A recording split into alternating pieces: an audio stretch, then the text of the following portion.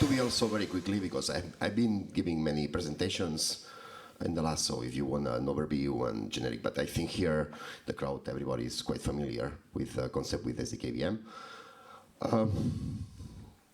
Just easy, just taking transactions. The important thing is that we want these transactions to be Ethereum compatible. So these transactions should be able to be created, for example, with MetaMask or with any Ethereum client. So here you expect that the input to the circuit we are handling here is not a special transaction, it's an Ethereum transaction, and this is the compatibility that we want here. It can be a deployment transaction, an execution transaction, normal transfer transaction. So any valid Ethereum transaction should be valid also in the ZK-EVM. That's the most important thing. Go from old state to new state. We need to verificate this state. I think this is quite familiar for all of you. Okay, so the way the project we are following is we're also creating these polynomials, but the thing is that we can do it, but in general we don't work that much with the concept of custom gates. We work more in the concept of state transitions, like a normal, like you have a clock, so you have state machines. You have registers, and then you have a trace, and you have state machines. We can also include, because at the end we have polynomial identity language, and we can have both things. We can have circuits and together with state machines. Actually, for example, Kekak is a specific circuit that we are implementing that way. Here is the big map that we have. We have a main processor. You know, it's a state machine that actually is a processor with registers, with a program counter, with a ROM that is executing a program, a specific program, a fixed program, a program that cannot variate. It's a specific program that you are executing. And then we have a RAM. We have operations like arithmetics, like binaries, comparisons, shifts. And then we have this important, we have a storage. We are, at this point, we are not following the Patricia trees model. We are having a sparse Merkle tree with a Poseidon function, and actually we are using the Goldilocks small prime. So this is it's the most efficient for the storage that we are having. As far as I know, in the VM specification itself, is not stick to a specific format of the VM. This should be quite transparent. But we know that there are some programs that relies on that, maybe just to do some queries on the tree and so on.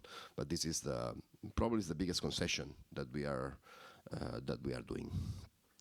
And yeah, and also for example, well, let me just go a little bit for all this and just give you like the main idea how we are solving all that stuff. If we start from the RAM is the same concept that Barry was explaining. We are sorting all the access by address and then by the step. So instead of accessing to, so the reads and writes are reads and writes to a specific register. So with a single permutation check, we can verify all the memory. Binary operations. This includes AND, SOR, shores, add, sup. Most of the opcodes. Comparisons, less than, greater than. So all these things is doing with a single lookup table, byte to byte, and this is done in this state machine. So you have an operation, which operation you want to do, and the result. So with lookup, then we just solve most of the operations here. For multiplications and even, for example, for elliptic curve operations and for more complex arithmetic, we have a specific machine, which is we call it arithmetic. Maybe we can explain it later how we are doing, but the idea is that you can put an equation. You can have a complex equation where you have, let's say, a set of so an addition of many multiplications, and we can solve that in just 32 cycles. And with this, we are implementing there, basic arithmetic for multiplication, and but we are also adding there the basic operations for the ECDSA, so mainly for the elliptic curve operations. So in the case of the ECDSA, here you don't have a specific, we don't have a specific machine for ECDSA, but we have this arithmetic where we solve the biggest part, and then in the main, we do the main loop, checking that the point is not 0 and all that stuff. We already have a state machine, so we can do it with opcodes in the in the ROM, in the same program for verifying that. What else? Well, storage, as I mentioned, is a sparse Merkle tree. Very optimal. We have actually the storage is like a subprocessor. It's a processor that is very similar to this. It has like it already has it already has a ROM. It does not have a RAM because it works in registers, but it has specific registers. It has specific instructions. It has their own assembly. So it's like a processor itself that actually what it does, it solves all this, the complexity of the sparse Merkle tree. In the sparse Merkle tree, you need to do strange things. You need to add nodes, remove nodes. So all this logic, which is a little bit complex, is embedded in this subprogram on this storage. We can also talk about that later, but that's very optimal altogether. And other things, for example, all the programs, we are hashing them with. So we're hashing them with, for the execution purpose, we're hashing them with this Poseidon to go fast and to retrieve them fast. The idea of the hashing, we have these two-state machines. These two, it's separated the padding with the actual function. The actual function is zkEVM or the inner function of Poseidon, and the other thing is the padding. And it looks a little bit like memory.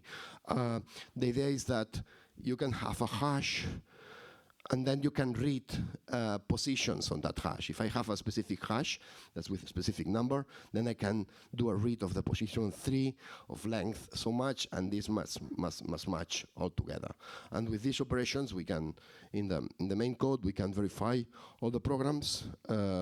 We can, for recovering the program, for example, we just need to check. So in this zkEVM padding, we do the padding, but then with single reads on this padding state machine, we just execute the opcode in a very, very, very efficient way. For example, one of the difficult, just some details, but for example, one of the things is that, just to give you some numbers, we are considering more or less the numbers that we are considering, and this is just an average, but the idea is that we have an average of 16 cycles, so 16 micro opcodes, if you want to call it that way, per gas unit in Ethereum. This is an average. There are opcodes that are less, there are opcodes that are more, but this is a little bit the numbers that we are considering. And with this approach, we can implement everything. At this point, we don't have anything in the Ethereum machine that we don't know how to implement it. Even, for example, pairings, which is one of the things that, for example, is quite difficult to implement. We can do it. So it's hard, but actually we can do it because we have this arithmetic state machine that's very powerful, and so we can define here specific functions with specific fields that we want to manage, and they are going to be also 32, so it's going to be a very concrete operation there, and then we can do the program to calculate the pairing, which is going to take, well, some cycles in the main state machine. And this is actually, if we do the numbers, it's actually possible. I'm not going to say that we are going to implement it maybe in the first version, but it's definitively possible. Create 2, well, at the end is exactly the same. We are managing the memory. It's an opcode that's actually implementing. If we see just here is some snippet of the assembly, how it looks like. For example, in the left side, we can see the how we parse the transactions with RLP. Okay, so actually we are getting the first byte of the RLP. We are, of course, we are hashing, hash kajak. We are hashing all them together so that it match, depending on the number of RLP, will we read more bytes or we read the next bytes. So we are actually all doing all this parsing, storing that on memory. We have memreads, memwrites, and we are processing all the transactions. The other thing is, well, here on the right side, you can see, for example, some examples. Do not take it as it's just an example, but this is, for example, well, the different opcodes. At the end is a subroutine that you are implementing, and here you can implement any logic. You know, we can do checks in the stack. We can do gas additions and all the tricky things in Ethereum. They are encoded in an assembly, which is much easy to implement that with a specific gate. Also, the quantity of gates that we are implementing, the quantity of polynomials is big, but it's not that much. Our hard limit is 1,000. I want to be under 1,000 polynomials. We probably around 700, 800, but that's the thing. There are small polynomials. Let me just go a little bit in the this is how we do lookups between tables. So all the basic polynomials. So we have the synthetizer. The synthetizer generates this set of polynomials. These polynomials are small field polynomials. With these small field polynomials, we generate a Stark. Stark generation in this small field is really fast. And then on top of that, we have a set of recursive steps in order to first aggregate many opcodes, aggregate many blocks or many sub-blocks of this. But there is another thing that's important, and yes, the end is reduce the complexity of the proof, so that at the end we are verifying. So the last Stark is verified with growth 16 circuit or growth 16 or Plonk circuit, so that's very cheap to verify at the end in the main state machine. I'm done. 2 minutes. Well, mainly that's what more or less what I wanted to say. Here we are open to any discussion, and if anything, we just ask. I think they just cover a little bit all the overview. Questions?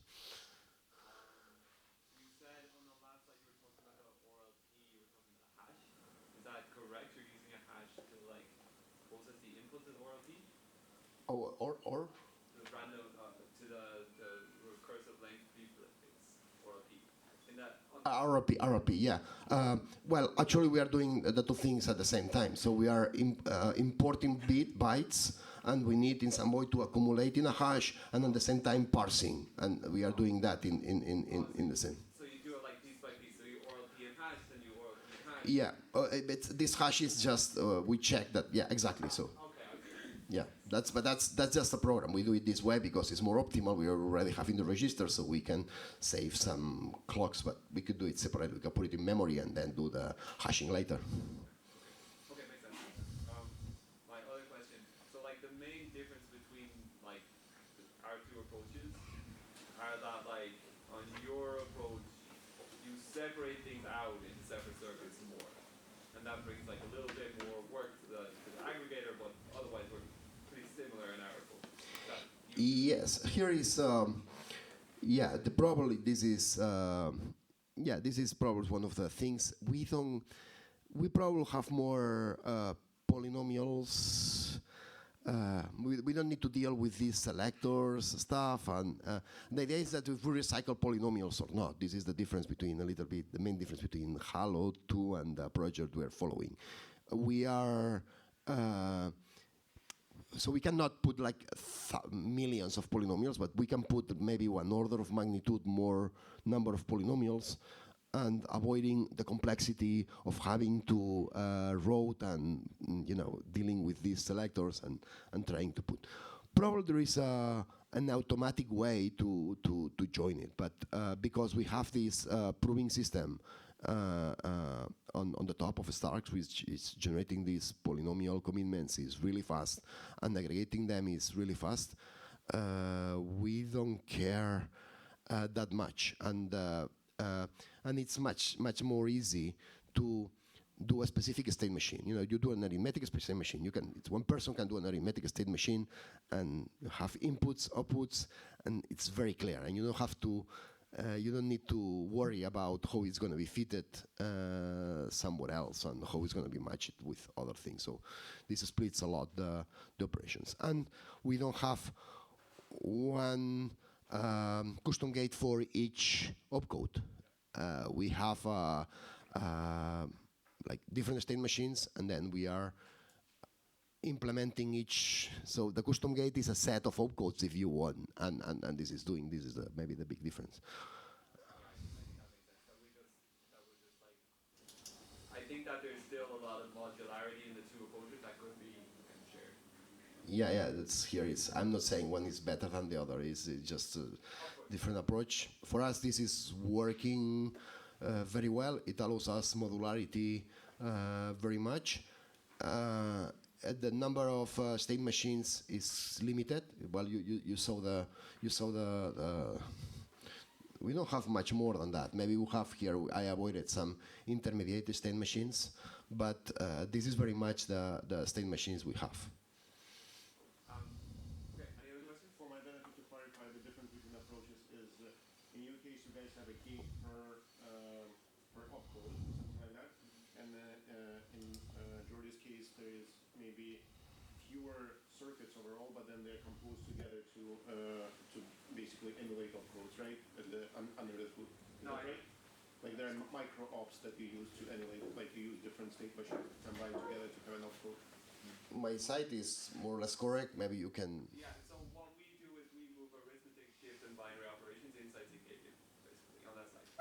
Okay. Yeah. And we have like a ZK-EVM that does these pieces, and then we kind of outsource others. Like we kind of feel like we're flexible now. We can do some more outsourcing. We're kind of investigating different kind of outsourcing paths. That's where we're at right now.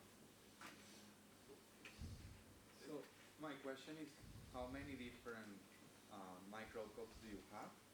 And do you have numbers for each EVM opcode? How many micro opcodes does it take to run? We don't have numbers yet, Okay.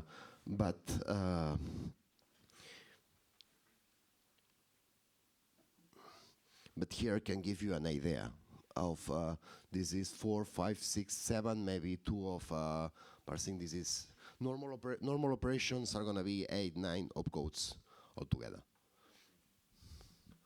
In average, I said before 16. This is the number. Maybe it's going to micro opcodes per gas points, and an opcode maybe multiplication I think is 2 gas or 3 gas. So we have like 32 margin of 32 micro opcodes. But it's just if we can do it with less, we are going to do it with less. It's just a number. That number is very much because we are working with polynomials of, at this point we are working with polynomials to 2 to the 23, and we do a blow up in the Stark of 2 because we want to go fast in this first layer. We can go further, but 2 to the 23, this is 8 millions. If you divide it by 16, it gives you 500K. So in each subblock, we can, in this first version, we can handle 500K. If instead of going to 2 to the 23 opcodes, so instead of going to 2 to the 23 polynomials, we go to 2 to the 27, then you just multiply. Okay, all right, we got to stop. Okay. Yeah.